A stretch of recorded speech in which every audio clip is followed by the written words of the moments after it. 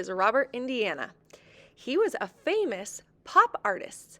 He was born in Newcastle, Indiana in 1928. Indiana's work used bold, simple, iconic images, especially numbers and short words. Indiana's best-known image is the word love in uppercase letters arranged in a square with a tilted letter O. He first made his love artwork as a flat silkscreen image that he could remake over and over. In 1970, he turned his love art into a sculpture, which means it was three-dimensional and people could walk around it. And now you can find it on display all over the world. There's multiple love sculptures. Today, Indiana's works are in the permanent collections of numerous museums. In 2008, Indiana created an image similar to his iconic love picture, but this time with the word hope. He continued to make beautiful art for the rest of his life. All right, kindergarten friends, so now that we have learned about Robert Indiana, you are going to get a piece of paper. It has a T going across it, one vertical line and one horizontal line drawn with Sharpie, and your paper is also going to be folded up. You can kind of see that there's a bunch of little folds. It kind of looks like a zigzag, and that way it makes all of these little sections. So this is a section, all of these little rectangles that are made from those folds. So what we're gonna do to start is you are going to get a yellow oil pastel, and you are going to start drawing lines that you have learned, lines or shapes that you have learned that you are going to put in these spaces. So maybe I'll start in this first rectangle, and I'm going to draw maybe a zigzag line. And I'm going to stop when I get to this line. So I'm only filling up this little rectangle from here to here, because I have this line from the fold and I have this line from the Sharpie. Now I'm gonna pick another line, maybe a loop-de-loop line, and I'm staying inside that little rectangle. Now maybe I'll do a castle line. And I see that Sharpie line coming up, so I'm gonna stop. And now I have another rectangle right here. So maybe now I'll kind of do a combination of lines. So maybe I'll do a spiral line with a wavy line. A spiral line and a wavy line. Maybe now I'll do some X's. All right, and look, now I've filled up this whole rectangle with all of these little rectangles inside. So inside of this huge rectangle, I had 1, 2, 3, 4, 5 little rectangles, which means I got to draw 1, 2, 3, 4, 5 lines. Now, when you're using your oil pastel, it's really, really important to press down pretty hard, because we are going to paint over top of these, and we have already learned that oil pastels act as a resist, which means the paint does not like to paint on top of the oil pastel, which means your lines will still show up even though we've painted on top of them. But they show up a lot better if you press down really, really hard with your oil pastel. So I'm gonna try that again here. Maybe in this one, maybe I'll do a kitty cat ear line. And I'm pressing down really hard. Maybe in this one, I just want to do a couple straight lines.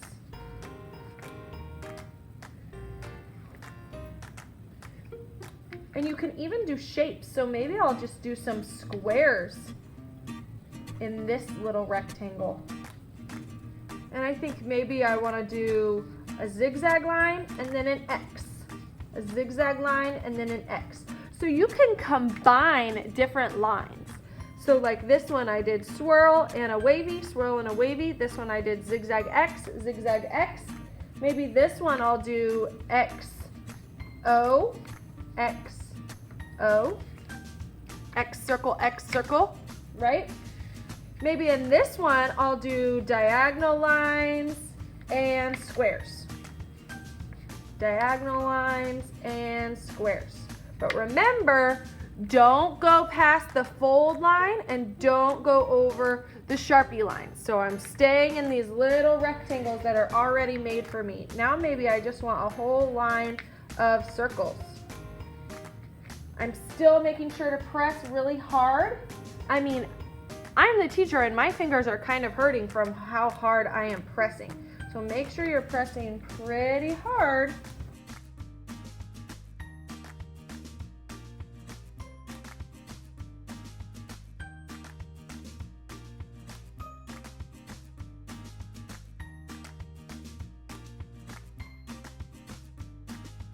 Okay, once my paper is all filled up, then I can get the paints for my table. I need to make sure that I get myself a paper towel to dry off my paintbrush.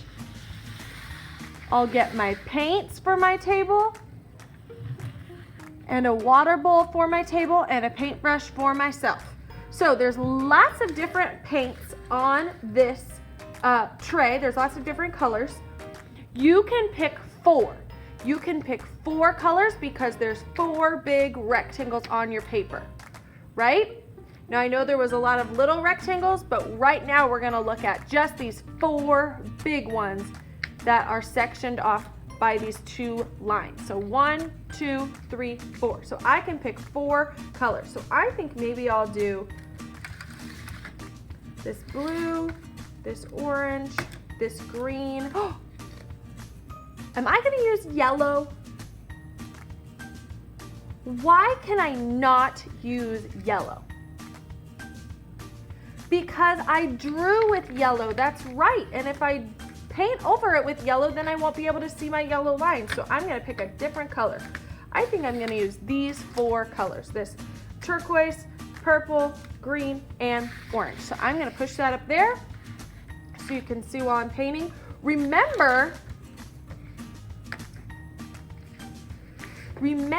these are tempera cakes, which is kind of like watercolors, which means you need to put a pretty big puddle in your paints first to get them wet. They will not work if they are not wet.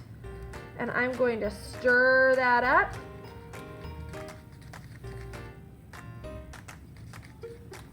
Remember, you have to mix your colors really, really, really, really well to make your colors show up nice and bright. If your colors aren't showing up very bright, it means you probably didn't mix your colors in very well.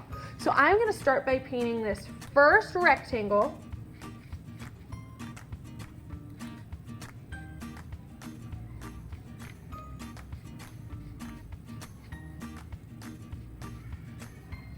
And you can see, because I pressed down pretty hard with my oil pastel lines are showing up through the paint.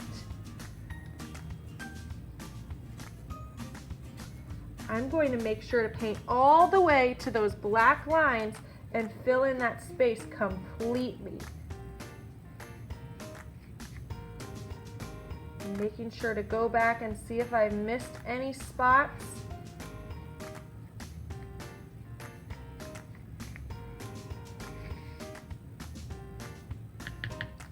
And one thing that might help you a little bit before you paint, since our paper was folded up quite a bit, it might help you to kind of stretch it and flatten it out a little bit before you paint, because it helps if your paper is a little more flat. All right, so there's my first color. I'm gonna set that aside.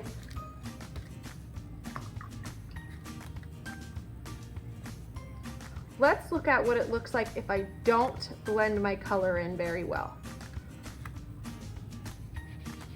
Now, do you see that's a pretty light blue? It's really, really, really light. But if I mix my paint in with my water really, really well, look at that nice bright blue that shows up. Really, really nice. I'm gonna go right to that line.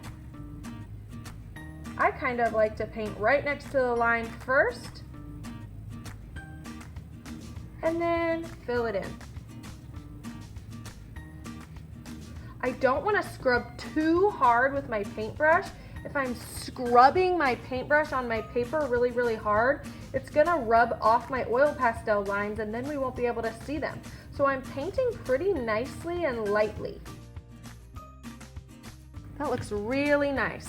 So now I can set that aside and get my next color. I'm gonna make sure to rinse my brush off really, really well in my water and then test it on my paper towel to make sure it's all the way cleaned off. If I see that there's no color on my paper towel, that means my paintbrush is clean. So that means I can get my next color.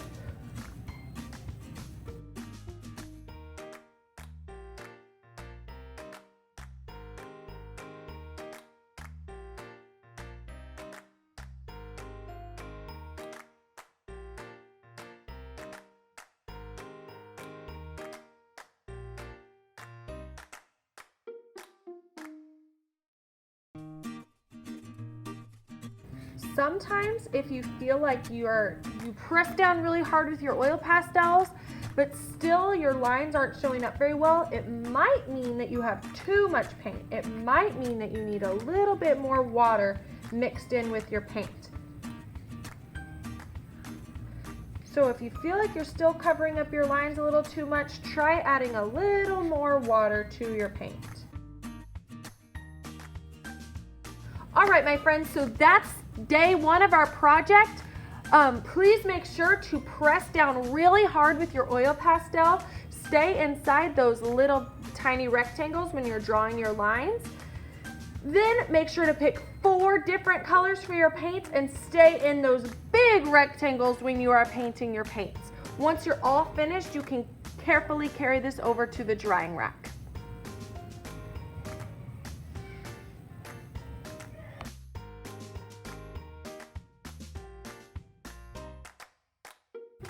Okay, kindergarten friends, so last time we drew our lines and painted our papers. This time we are going to add our letters. So you are going to get the letters for the word love, L-O-V-E. Now the L is backwards because what we're gonna do is we are going to cut these out and then we're gonna flip them over to glue them down so we don't see our black lines. So that means our L will be forwards. And the rest of these, they all look the same whether they're forwards or backwards. So what we're gonna do is we are going to cut these out on the black line. The black line is your road and your scissors are your car. So make sure your car is staying on that road. When the line turns, you need to turn your paper. My trick for cutting with scissors is your scissors stay still. They only go up and down to open and close. Your other hand is going to move the paper. So you can see my scissors are staying still. This hand is moving the paper. Okay, there's my L. We're gonna use a heart for an O. Do your very, very best to stay on that black line.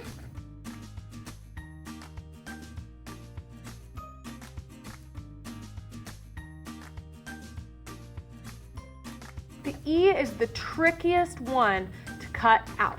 So make sure you are always staying on this black line.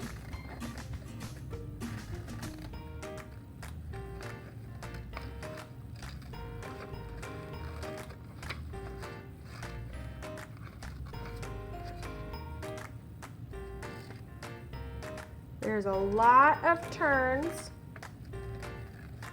So just put your scissors all the way up to that corner and then turn your paper.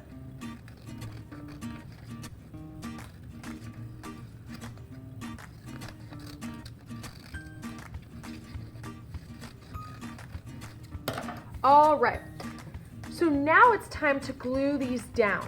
Before I glue each one of these down, I'm going to look at the example on the board so I make sure that I'm putting my letters in the right rectangle, and I'm making sure that I'm making them so they are facing the right direction. So here's my example on the board. Let me zoom out a little. Here's my example from the board. So I'll start with my L. I'm gonna look at my example and I'm gonna see, oh right, the L faces this way, and I always want my black lines to be on the back. So you can see my black Sharpie lines on the edges. I'm gonna make sure that that is the side that I put my glue on. That's really important, my friends, because the black lines are not very pretty. We don't really wanna see those on our finished artwork. So I'm gonna open up my glue bottle. I'm seeing the side with the black lines, and I'm going to put a few dots of glue. You don't need too much. And I'm gonna look at the board, making sure I'm putting my L in the right rectangle.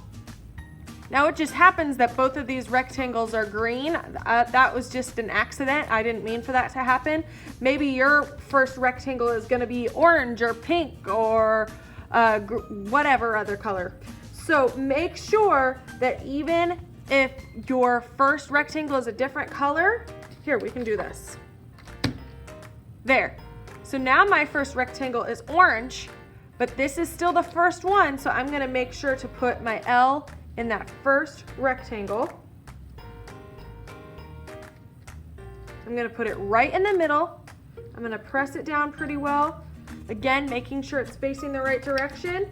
Now I'll get my heart for my O. I'm gonna find the side that has the black lines on it. Put a few dots of glue. And then put it right in the middle of that rectangle.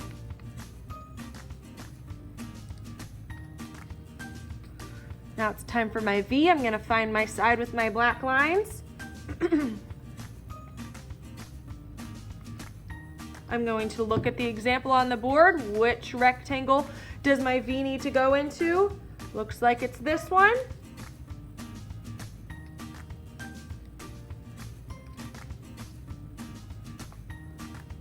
All right, last one. And the E is tricky because even if you have it facing the right way, meaning you have the black lines on the back, you can still accidentally put it so it's facing backwards, which we don't want to do. So make sure, first of all, you're finding your side with your black lines, putting your glue on that side.